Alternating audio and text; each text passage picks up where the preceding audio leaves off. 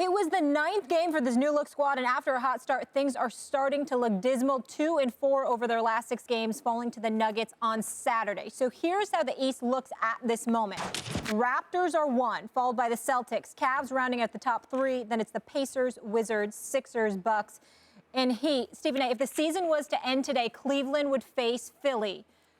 Who should they fear most in the East? To be honest with you, I think the team they should fear most in the East in terms of those sleepers. I'm not talking about Toronto and Boston. I'm talking about the middle of the pack. I think the team they should fear the most is the Washington Wizards. I still believe in the Washington Wizards, regardless of a 3-game losing streak. I'm thinking about Bradley Beal.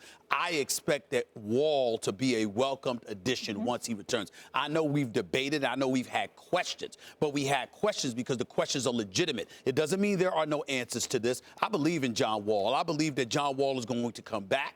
I believe he's going to answer the bell. I think he's going to put the basketball world on notice that y'all must have forgot. So I'm here to remind y'all. I think the team will galvanize around him to some degree, particularly since this 3-game losing streak has sorely shown how much they need him. And I think the combination of the elevation of Otto Porter and Kelly Oubre, I like what I'm seeing from these guys. And listen, we saw Marcus Morris perform for Boston on Saturday night.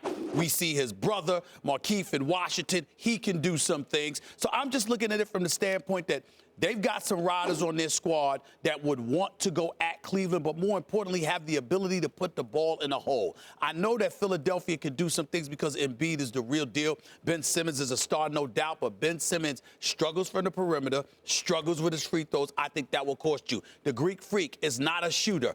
That will cost you.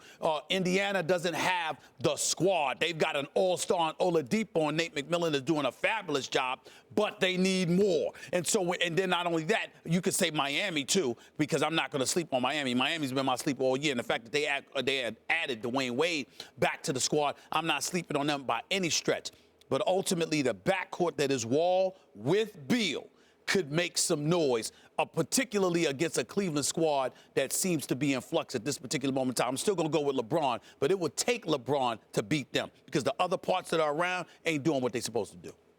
When they're going right, when the Wizards are going right, if you assume they can keep going right, moving the ball, getting everyone involved, and then just add John Wall and it doesn't go back to high pick and roll, and, rinse and repeat.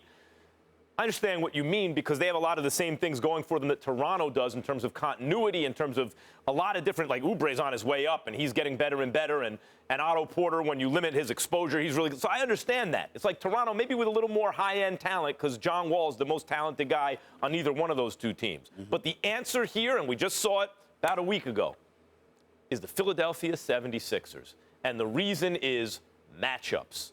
There is no one on Cleveland that can do a damn thing with Joel Embiid. They can't do. They put Larry Nance Jr. on Embiid, and he couldn't do a thing with him. That was why, when the game started getting tighter late, and LeBron thought he was going to start doing his thing, and he did, and he brought them to within, I think it was a possession, they go right back to Embiid, and the game is over. I think that, look, Ben Simmons is baby LeBron. Even LeBron's tweeting about it and stuff. I get that. He has a lot of the things that LeBron had, or has, at a younger age especially. So Simmons is fantastic. But Embiid is unanswerable on the Cavs. There's nothing they can do against that guy. And I remember talking about Kristaps Porzingis on this show, Stephen A., and saying he's the kind of player about whom GMs meet in the offseason in his conference, and their central focus is, what are we going to do about that guy? Nick's got this guy, what are we going to do about that guy? That's Embiid.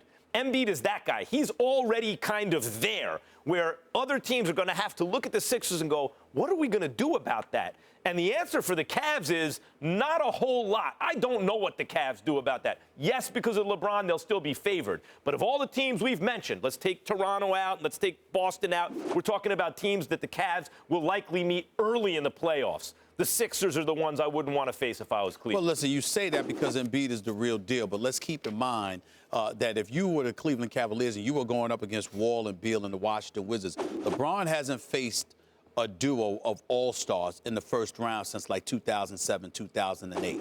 Not only that, this team seems to be in flux. They seem to be in a bit of a disarray right now because you've got guys, and it's not a matter of talent. You've got guys that they came out there playing gung-ho, loosey-goosey, the whole bit, and now all of a sudden after that 4-game winning streak, now you're thinking too much. You're trying to learn the plays, and you're thinking not reading and reacting and just playing the game of basketball. So that's problematic, but you anticipate that something will go their way eventually, especially once Kevin Love comes back. Because let's remember, Kevin Love is not there. That's your second best player, not to mention the fact arguably your best perimeter shooter, even though Kyle Korver is supposed to be it and JR is supposed to be up there a little bit. And don't get me started on Mr. Soup throwing himself, J.R. Smith. I'm going to leave that alone for the day. What I will tell you is this. When I look at the Sixers, playoff basketball inevitably slows things down. The game becomes more physical. You get to go to the free throw line. And that, to me, is the Achilles heel for Ben Simmons. As the game slows, it doesn't necessarily work to his advantage in my estimation. The more you're able to push the ball up the floor, the better it facilitates his success. The slower the game is, the more it works against him because it forces him to be more of a shooter. It forces him to be more of a free throw shooter. And those are the kind of things that cost you in the postseason.